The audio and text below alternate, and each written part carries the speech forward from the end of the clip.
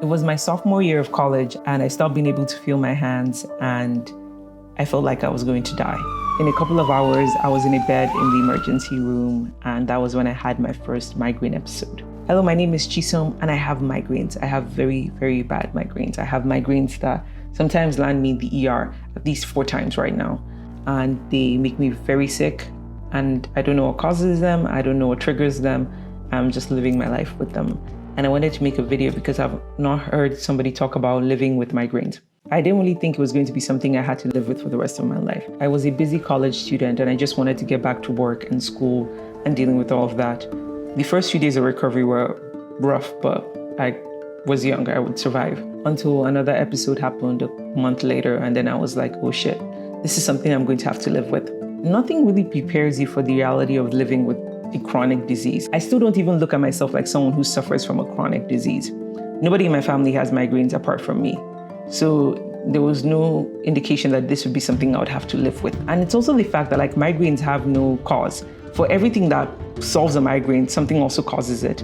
The only thing we know about migraines is that they are some kind of neurological disorder and there is no cure for it.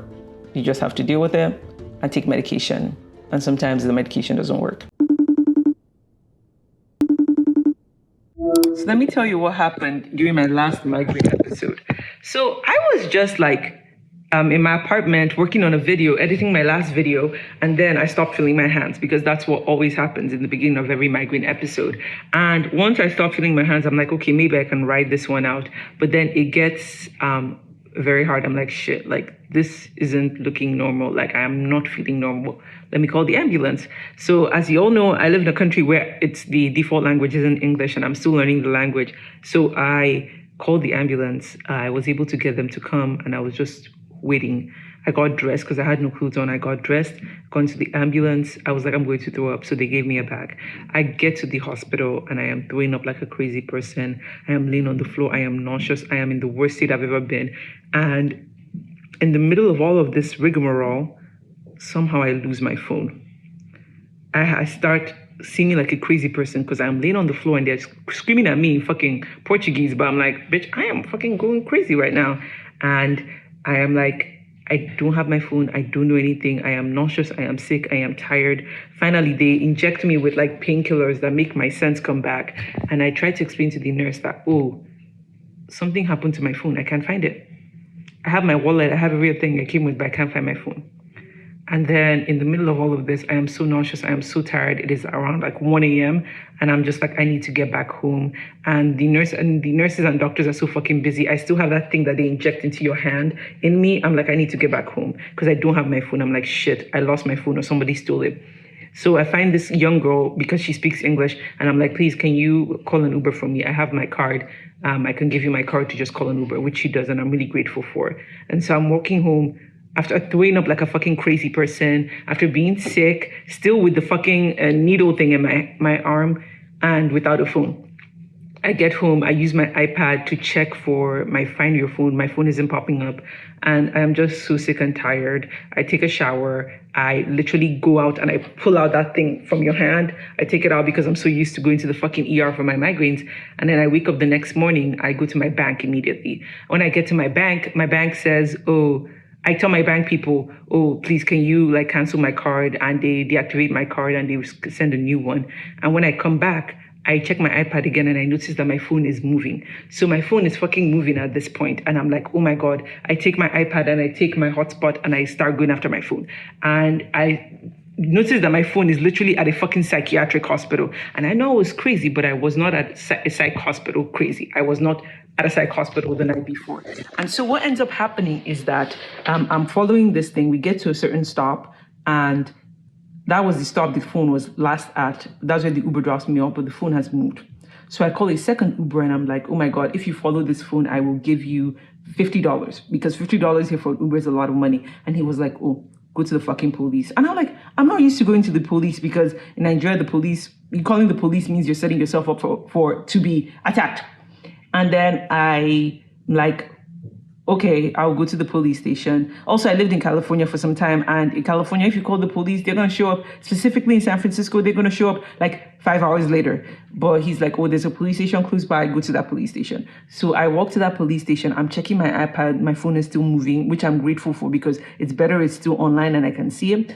And then what happens is that I get to that police station, and the police station people are like, oh, go to this other station. They'll be the ones to follow you to your phone. So I call an Uber, my third Uber, and we get to this second police station.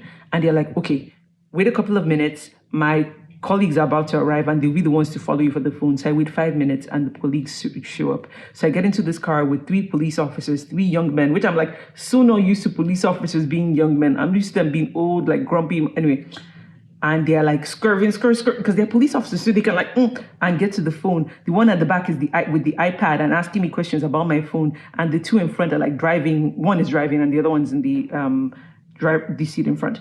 And we finally get to one stop. It's a park. So 2 of the ones, the one at the back and one in the seat in front, jump out, and one of them enters a bus that's there and thinks the phone isn't there. And the other one starts looking around the park. But then the main driver is like, oh no, the phone is still fucking moving. And then they drive up a little bit more. And then there's only one man on the fucking bridge. And then the one at the back jumps out of the car and then he grabs the man on the fucking bridge and then checks his pockets and sees my phone and gives it to me. Oh my God. Do you know that the reason why this motherfucker could not have like destroyed my fucking phone was because my phone had one of those fancy cases on them, those very, very difficult cases for you to like remove. So this motherfucker could have actually like removed the SIM and all that shit, if not for this fucking difficult ass phone case that I put on it. And after all of that happened, we went back to the police station and they were like, oh, do you want to press charges? I'm like, bitch, no, I don't have the time for this shit. But this motherfucker was even taking pictures on my fucking phone because, you know, like even when you cannot unlock it, you can still take pictures on it. Oh my God. This motherfucker stole my phone from the hospital the night before while I was throwing up and almost dying. So yeah, that is what happens when you are migrained. You get your phone stolen in a country where you cannot speak the language and you have to get into a police car and start scurrying all over fucking Lisbon to find your fucking phone. I'll see you all later. After I had my first few episodes, I was like, okay, I'm going to change my diet, which at that time was just like chicken nuggets and Pepsi because I was in college. I was going to try to sleep better, which really didn't last that long because in college, and I was a computer science major, so all I did was deal with computers all day. And I still ended up having another migraine episode. And I kind of just gave up because I was like, okay, this seems to be something I'm going to have to live with for the rest of my life. Migraines are weird because you end up developing this thing called migraine anxiety, where you get migraines from the anxiety of getting migraines. Like having migraines is like having this boogeyman, this monster following you all over the place and you not knowing how to deal with the monster. I've never really liked weddings. I've never really liked events or parties because I just always felt like it was like a performance. But I think part of it is that all the lights, all the noise, and my migraines just seems like a recipe for a disaster. You know, you have those days where you have to cancel all your meetings and plans for the day because the migraine decided to show up and there's nothing you can do about it. I have fears that I have kids and I'll have to miss their like events because I'm having a migraine episode. I'm aware of all these fears and anxieties and challenges I live with, but I think I just decided not to do anything about it until now. When I had my last migraine episode, I was in the shower and I was just thinking to myself, you can't have life keep trying to teach you the same lesson over and over again. So I've decided to actually take my migraine cure seriously and try to figure out how to live and thrive with migraines. I'm going to fix my fucked up sleep schedule because it is 11:46 a.m. as I'm filming this, and I have a shit ton of makeup on my face that I'll have to wash off and try to go to sleep before 1 o'clock. And I'm editing it right now at 2:13 a.m. Nice job. So all the sleep companies sponsor me. I'll need to figure out my diet. I do not only eat chicken tenders and Pepsi. Sometimes. But I do think I can eat better. I eat well, but I do think I can eat better.